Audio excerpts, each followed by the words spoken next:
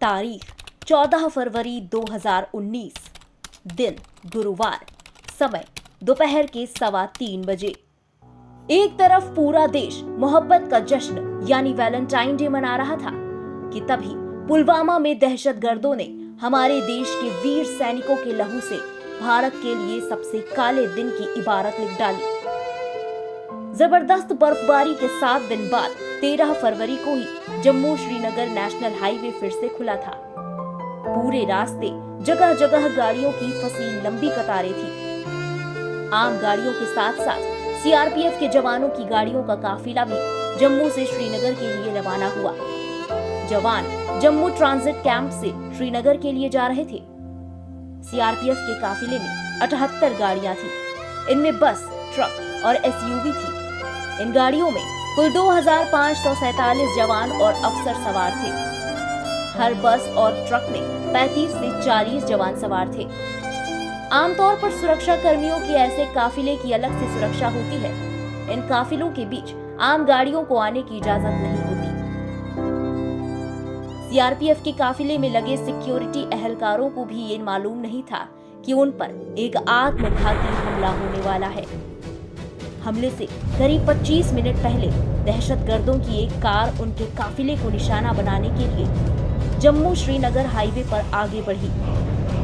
CRPF का ये काफिला अभी पुलवामा से गुजर ही रहा था कि तभी काफिले के बीच वो एसयूवी गाड़ी काफी तेजी से आती है और 2 बसों के बीच टकरा जाती है। एसयूवी की बस से टक्कर होते ही इतना जबरदस्त धमाका होता है कि उसकी गूंज कई किलोमीटर दूर तक सुनाई देती है। धमाका होते ही उन बसों के परखच्चे उड़ जाते हैं जिनसे एसयूवी टकराई थी। धमाका होते ही चारों तरफ आग के शोलों का गुबार उठने लगता है। इसके बाद काफिले में शामिल जो गाड़ियां जहां थी वहीं थम जाती हैं। बाकी गाड़ियों से फौरन जवान बाहर निकलते हैं और अपने साथियों की मदद में जुट जाते हैं। उस वक्त की जो तस्वीरें सामने आई थी वो दिल दहला देने वाली थी। ये हमला था या फिर कुछ और, ये बात भारतीय जवान जब तक समझ पाते, आतंकियों ने गोलियां बरसानी शुरू कर दी। इसके बाद भारतीय जवानों ने भी तुरंत पोजीशन ली और काउंटर फायरिंग शुरू कर दी।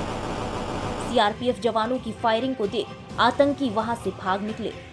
धमाका इतना जबरदस्त था कि कुछ देर तक सब कुछ धुआं हो गया।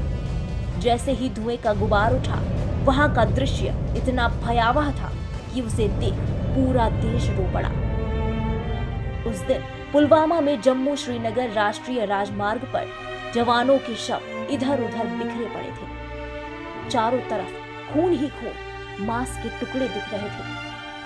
जवान अपने साथियों की तलाश में जुट गए। तुरंत पूरे देश में हाहाकार मच गया क्योंकि तब तक हमारे देश के 40 बहादुर जवान शहीद हो चुके थे। कई जवान घायल अवस्था में तड़प रहे थे। सेना ने बचाव कार्य शुरू किया और उन्हें तुरंत ही अस्पताल ले जाया गया।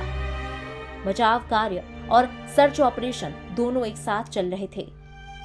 इस धमाके का असर दूर दूर तक दिखाई दिया। यहाँ तक कि आसपास की दुकानों के शटर भी डैमेज हो गए। और इस तरह 14 फरवरी का दिन भारत के इतिहास में काला दिन साबित हो गया। उन दिनों कश्मीर घाटी का माहौल अच्छा नहीं था क्योंकि 9 फरवरी को पार्लियामेंट हमले के कसूरवार दहशतगर्द अफजल गुरु और 11 फरवरी को दहशतगर्द मकबूल भट्ट की बरसी थी। इस बात का अंदाजा था कि बदला लेने के लिए पाकिस्तान में बैठे दहशतगर्द हमला कर सकते हैं और सिक्योरिटी फोर्सेस ने अपनी तरफ से पूरी तैयारी कर ली थी। लेकिन इस बार दहशतगर्दों ने नए तरीके से हमले की साजिश तैयार की थी। इस हमले को अंजाम देने वाला आत्मघाती हमलावर आतंकी आदिल अहमद डार था। आतंकी आदिल अहमद डार ही उस कार को चला रहा था जिसमें विस्फोटक थे। उसने खुद को इस हमले में उड़ा लिया। घटना के बाद पूरे देश में शोक की लहर दौड़ गई।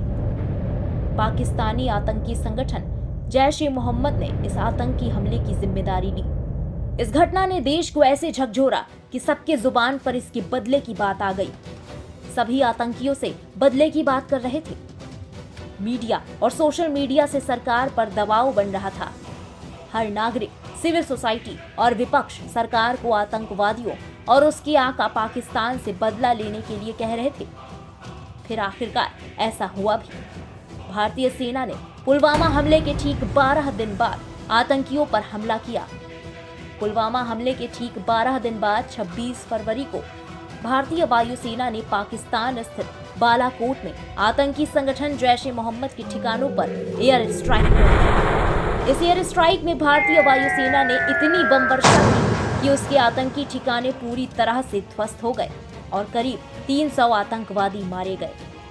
इस तरह से भारतीय वायुसेना ने बालाकोट में आतंकी शिविरों को नेस्तनाबूद कर पुलवामा अटैक का बदला ले लिया। इन दो घटनाओं के बाद भारत और पाकिस्तान के बीच तनातनी खूब बढ़ गई। बता दें कि भारत ने पुलवामा अटैक में शामिल सभी आतंकवादियों को धीरे धीरे मार गिराया। आज पुलवामा हमले की तीसरी बरसी है, लेकिन आज भी उस भयानक हमले के जख्म हर भारतवासी के जहन में ताजा है। भिगोकर खून में वर्दी कहानी दे गए अपनी, मोहब्बते मुल्क की सच्ची निशानी दे गए अपनी। मनाते रह गए यहाँ हम जश्न मोहब्बत, वहाँ कश्मीर में वीर सैनिक जवानी दे गए अपनी। पुलवामा हमले में शहीद भारत माता के हर वीर सपूत को हमारा कोटि कोटि नमन। इस खास पेशकश में बस इतना ही। देश और दुनिया की तमाम बड़ी खबरों के लिए सब्सक्राइब करें इंडिया पब्लिक खबर के YouTube चैनल को। बेल आइकन को प्रेस करना बिल्कुल ना भूलें। साथ ही वीडियो को लाइक करें और ज्यादा से ज्यादा शेयर करें।